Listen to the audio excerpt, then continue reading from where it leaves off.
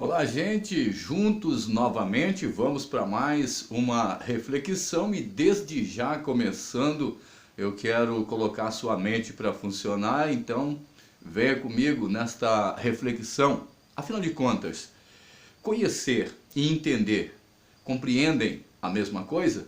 Talvez no dicionário você vai encontrar que sim, mas eu quero pensar juntamente com você. Então, primeiramente, vamos lá para Oséias capítulo 6, versículo 3, onde diz: conheçamos e prossigamos em conhecer ao Senhor. Então a primeira pergunta é, por que no versículo não está escrito entendamos e prossigamos em entender ao Senhor? Bom, porque primeiramente Deus é um ser transcendente, então não dá para entender Deus. Deus pode ser conhecido, mas não pode ser entendido. Bom, então aí já começamos a pensar e a refletir sobre essas duas palavras. Claro que aqui não vamos dissecar sobre tudo, mas nós queremos apenas raciocinar juntamente com você a respeito, não é diretamente do versículo, mas desses dois termos, conhecer e entender. Então, primeiramente já vimos que Deus é um ser transcendente, não é imanente, ou seja, transcendente, o homem não pode defini-lo, não pode com o seu raciocínio entendê-lo, porque Deus não pode ser alcançado pelo raciocínio humano. E ele diz assim como os meus pensamentos são mais altos do que os vossos pensamentos, e os meus caminhos mais altos do que os vossos caminhos. Com isso ele está dizendo que ele é um ser que o homem não pode atingir com o seu entendimento, não pode dominá-lo na razão, na lógica, porque um Deus que pode ser entendido, ele não pode ser Deus. Ele pode ser alcançado pela nossa oração, pela nossa adoração, pela nossa submissão, mas não pelo nosso entendimento, pela nossa lógica. Muito bem. Uma outra coisa, ovelha conhece a voz do pastor? Bom, você sabe que sim. A pergunta é, a ovelha entende o seu pastor? Claro que não.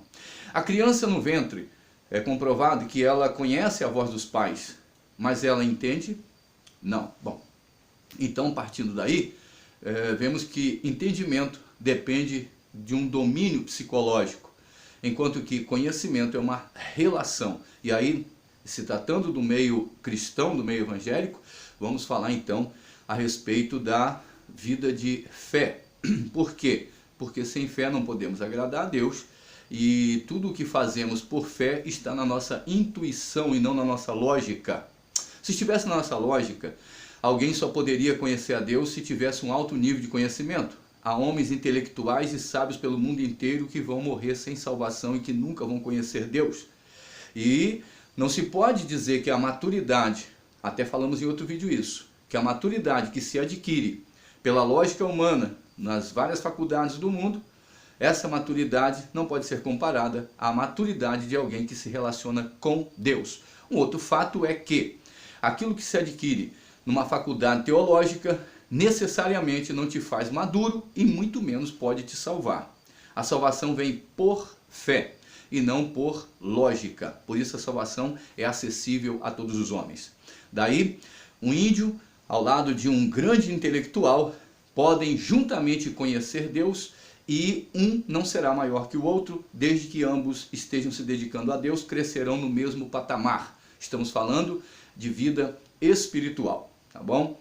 Claro, eu estou fazendo isso para aguçar o seu coração, a sua mente, e levar você justamente até a fazer comentários e fazer questionamentos, tá? Um outro fato também que é digno de nota, nunca em nossa época viu-se tantos seminários, pelo menos digo pelo tempo que já conheço ao Senhor, nunca vimos tantos seminários, tantas faculdades teológicas, tantos cursos, tanta gente falando, não é, a respeito de Deus. O YouTube está lotado, né? Você tem os nossos vídeos e tem inumeráveis vídeos de outros homens, de pastores, enfim, de ensinadores de um modo geral. Você pode até escolher estilos variados, que o diga Camboriú e outros lugares aonde se proclama a palavra do Senhor. E também, ironicamente, nunca se viu tanto escândalo e tanta queda e tanto tropeço, mesmo diante de tanta exposição bíblica. Tá? E diga-se lá, há pouco tempo eu conversava com um estudioso de uma ramificação teológica e ele definia que a ramificação teológica a que ele pertence está espalhada por toda a Europa e ele queria exaltar essa ramificação teológica e eu disse a ele, se essa teologia que você está me dizendo, se esse conhecimento, esse conhecimento teológico que está se pregando lá é tão perfeito, tão glorioso, por que que a Europa está em decadência espiritual? E ele não soube responder.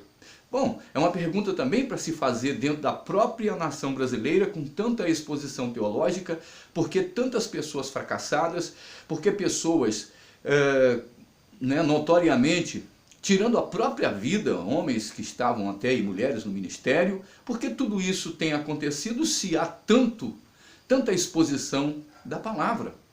E aí a conclusão que chegamos, tá? Você pode ter a sua, é que está havendo muito entendimento, muita informação, mas muito pouco conhecimento de Deus. Porque o conhecimento, ele envolve, enquanto que o entendimento é o acúmulo de informações que eu tenho na minha mente, seria a mesma coisa que acontece com o boi, algo muito parecido. O boi, até o meio-dia, de manhã até o meio-dia, ele vai pastando, né? Estou calculando aqui um horário que eu já observei eles fazerem isso. Trabalhando numa fazenda, então a gente ficava observando os bois, eles iam pastando, e quando chegava ali por perto da meio-dia, 1h, eles deitavam debaixo daquela árvore, vários ali, aquele rebanho, e ele começava a puxar aquele capim que ele engoliu, e aí começava a ruminar, mastigar, e jogando o bagaço fora. O que ocorre é que muitas pessoas deveriam fazer como o boi, elas recebem muita informação sobre Deus, sabem tudo sobre Deus, está na ponta da língua. Tem uns que não deixa nem a gente falar que a coisa está avolumada, conhece tudo, sabe de grego, sabe de hebraico, sabe de doutores europeus, homens reformadores, tá lá Martinho de Hipona, Martinho Lutero e tal, é muita coisa, sabe? Principalmente se ele faz uma faculdade teológica, volta de lá, sabe, saindo a exposição teológica pelas orelhas, pelo nariz, pelos olhos. Mas isso é só informação intelectual, até porque é impossível você estar numa faculdade teológica e conseguir assimilar tudo o que é passado para você. Como disse anteriormente na analogia do boi, você tem que engolir e ruminar depois, ou receber agora e meditar depois. Conhecimento de Deus envolve não só informação na nossa cabeça, que seria intelectual, mas depois que você recebe a informação, você começa a se relacionar com a informação que você recebeu. Né? Começamos isso no novo nascimento. Muitas pessoas podem ter muita informação sobre Deus e nunca ter nascido de novo. E são boas expositoras da palavra, mas não vivem com Deus. Há pouco tempo soube de um psicanalista que se afastou de uma determinada igreja e hoje dá aula de psicanálise no Rio de Janeiro. E aquele homem desprezava Cristo, zombava dele, dizia palavras, sabe, pesadas a respeito da pessoa de Cristo, zombando dele e colocando a psicanálise acima de Jesus. E isso ocorre porque, em primeiro lugar, esse homem nunca conheceu Deus, ele não sabe quem é Jesus, não sabe quem é Deus. Ele é um psicanalista, ele não é Deus. E, como já disse certo filósofo, todo doutor é ignorante, porque ele é bom numa coisa e é ruim na outra. Nenhum ser humano é doutor no seu aspecto pleno, portanto, o camarada é ignorante numa coisa e sábio na outra, entre aspas, certo? Então, esse homem, o maior conhecimento, o maior grau, o maior nível de cultura ele não tem, que é conhecer a Deus. E, como disse, o conhecimento de Deus vem de quê? De eu absorver aquilo que eu recebo. Vem da minha submissão a Deus, vem de minha submissão ao Espírito Santo, que é o autor das Escrituras Sagradas, e essa palavra que eu li e que eu tive informação da mesma, agora ela começa a produzir efeito em mim. Eu ouvi falar a respeito do mal da incredulidade, mas eu sou incrédulo. Eu ouvi falar do mal da rebelião, mas eu sou um rebelde. Eu ouvi falar do mal dos pensamentos impuros, da lascívia, mas eu sou lascivo. Então, eu recebo esta palavra por fé, e por fé eu começo a me dedicar a Deus, e a mesma vai começar a fazer efeito em mim. Ela vai, eu diria, encarnar em mim, ela vai tomar forma em mim, e uma vez fazendo isso, eu vou conhecer o Senhor, não por informação, né? Mas agora de uma relação com Ele. Eu ouvi falar que Ele é bom, mas agora eu provo que Ele é bom. Eu ouvi falar que Ele é um Deus que nos dá a paz, mas agora eu desfruto dessa paz. Isso é o conhecimento de Deus. E esse conhecimento, essa paz que excede a todo entendimento, essa esperança que permeia nossos corações, uma convicção que não se explica, ela vem do conhecimento de Deus. Não vem da lógica humana. Nenhum homem, nenhum filósofo, nenhum entendido, ele pode dizer que tudo o que ele estudou define e coloca Deus dentro de vamos dizer, dentro de um recipiente, e ele diz, isso aqui é Deus. Ele não pode fazer isso. Então, quando a Bíblia Sagrada diz prossigamos, ou seja, conheçamos e prossigamos em conhecer ao Senhor, está nos convidando a um relacionamento com Ele. Bom, daí nós entendemos que conhecimento de Deus possui duas asas. Ou seja, uma, você bate asa entendendo, na outra, você bate asa relacionando-se. Numa eu recebo informação, é ao lado que nós chamamos de, que está na organização. Faculdade teológica é para organização, ou seja, para a igreja visível, aqui, onde todo mundo vê. E para o organismo, tá? Não é informação, é relação, é um relacionamento de fé com Deus. Então, as pessoas recebem no aspecto lógico que está na organização, mas no organismo há uma necessidade de vida de oração e de relacionamento e submissão ao Espírito Santo. E aí sim, juntando essas duas coisas, temos conhecimento de Deus. Se uma pessoa ela apenas acha que ela deve orar muito, e ela ficar esperando receber alguma coisa, mas só nesse aspecto de organismo, nunca vai aparecer em cena e sua vida estará pela metade. Ela terá que fazer as duas coisas no mesmo patamar, vida de oração e dedicação e submissão a Deus, e vida de pesquisa, de leitura, e de procurar entender a palavra do Senhor. E à medida que eu vou me aprofundando, tá, no oceano do Espírito, é uma relação minha com Ele. Eu não mergulho sozinho, eu tenho que mergulhar com Ele. Ele é o autor da Escritura. E outra coisa, há um desprezo à revelação da palavra e uma exaltação à intelectualidade humana, como se o intelecto humano fosse um Deus.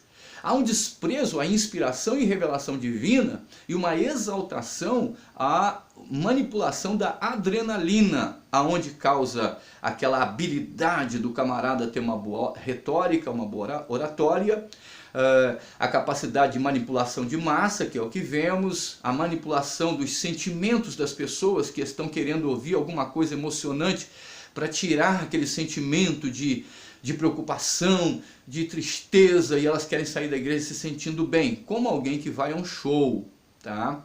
Então, necessariamente, casa de Deus não é lugar para nós recebermos esse tipo de coisa. Por quê? Porque a palavra ela é profética, necessariamente o evangelho é confrontar minha relação com Deus, e pode ser que aquele sofrimento que eu estou tendo é oriundo de minhas práticas, até porque na vida de fé o que mais conta é a nossa atitude e não um estalar de dedos e as coisas acontecem. Uma varinha mágica, não é assim que funciona. Então, quando eu procuro o evangelho em busca de uma coisa lógica, uma coisa que cabe dentro do meu entendimento, e eu não me submeto ao que Deus quer me revelar, que de repente vai de encontro ao que eu penso, vai me contrariar, eu quero uma coisa e ele vai revelar que ele quer outra, então eu vou ficar insatisfeito e não vou receber? Eu terei que fazê-lo por fé. Há coisas que para nós são impossíveis, mas para Deus é possível.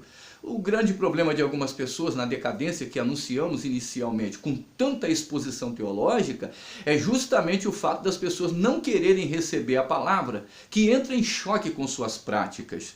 E aí a gente volta a repetir o capítulo 3 de Filipenses, onde Paulo disse, eu vos disse em outra ocasião, digo agora, novamente chorando, que os tais são inimigos, eu falei a respeito deles, os tais são inimigos da cruz de Cristo. Uma vida de renúncia, uma vida de submissão, uma vida de oração. Mas que oração? Aquela oração onde fala, Senhor, que o teu servo ouve, aquela oração, seja feita a tua vontade, não a minha vontade. Essas coisas foram abandonadas, o Calvário foi abandonado, ficou apenas um suposto Pentecostes que já não funciona, que não é Pentecostes. Pentecostes funciona, mas funciona sobre o Calvário, sangue e depois fogo. E o problema é que as pessoas não querem mais o sacrifício, eles querem a glória, mas não a glória sem sacrifício. Não há mudança sem conflito. Então, o grande problema está aí, de nós termos muita informação sobre Deus, informação e conhecimento de Deus mesmo, quase zero. É triste saber que algumas pessoas, elas vão à casa do Senhor apenas para terem suas emoções abaladas. Voltam de lá, como já dissemos outrora, elogiando o pregador, o culto que foi maravilhoso, e realmente os cultos da casa do Senhor são belos, mas na maioria das vezes, aquela pessoa volta de lá infrutífera. E às vezes até perguntamos, e em que você mudou? Passa 1 ano, 2 anos, 3 anos, 4 anos, 10 anos, e as pessoas continuam do mesmo jeito, sem nenhuma mudança. Por que isso acontece? Como dissemos, você escutar a palavra é muito bom, agora você precisa colocar em prática, você precisa contrariar a si mesmo. Quantas pessoas inventando revelação da cabeça, quantas pessoas para poder não ficar para baixo das outras, para receber títulos importantes no meio evangélico, pessoas disputando no YouTube, pedindo para os outros, vai, me acessa. Nós temos aqui um canal. Meu desejo é que você, ao se sentir edificado, clique aí no sininho, compartilhe, que você se inscreva no canal para nos ajudar, desde que você esteja sendo edificado e edifique outros. Mas faça isso movido por Deus. Não faça isso apenas porque eu peço para que o YouTube, como todo mês faz, manda para mim como é que foi o meu desempenho, técnicas para a gente atrair pessoas. Nós não queremos usar técnicas, nós queremos apenas que o Senhor fale através da nossa vida, que sejamos apenas instrumento e que você seja edificado. Então, existe essa coisa humana, não queremos essa coisa puramente humana. Somos organização, mas também somos organismo. É verdade que nós temos uma vida social, mas também temos uma vida espiritual. É verdade que nós temos um comportamento aqui na terra e precisamos galgar nossos passos, tá? Na presença do Senhor, no reino do Espírito. Tá? Volto e convido pessoas a voltarmos, tá? A voltarmos para o Calvário. Se houver sangue, haverá fogo. Se houver cruz, haverá a presença de Deus sobre nós. Você não verá Pentecostes sem Calvário, como já ouvimos sabiamente um certo pastor pregar alguns anos atrás. Então, é tempo de nós conhecermos a Deus. E tenha certeza de uma coisa, você não conhece Deus numa faculdade teológica, você conhece Deus nos desertos da vida. Você conhece a Deus nas relações onde Ele deixa você e Ele a sós. E você vai observar que os homens que tiveram um profundo relacionamento com Deus sempre estavam sozinhos. O caso de Daniel é um exemplo clássico, quando ele estava orando e diz, fiquei eu só, e todos que estavam comigo, apavorados, fugiram. As grandes revelações, o nível de conhecimento elevado, Deus vai revelar sempre para um. Então você vê um Moisés sozinho no deserto, você vê um João na ilha de Patmos, você vê o próprio Ezequiel nessa situação, citei anteriormente Daniel, e você vai ver os grandes homens de Deus ficando numa aparente solidão do ponto de vista humano, mas muito acompanhado por aquele que enche os céus e a terra. Voltemos então para conhecermos e prosseguirmos em conhecer quem é o Senhor. Vamos nos relacionar com Ele e não tente dominar Deus e dizer, eu aprendi tudo sobre Deus na faculdade. Isso é impossível. Deus não pode ser assimilado pela mente humana. Ele é Deus, Ele é o Senhor e Ele sempre estará acima de tudo e de todos. Portanto, prossigamos, conheçamos e prossigamos em conhecer ao Senhor, para termos vida abundante na sua presença. Shalom e que Deus te abençoe.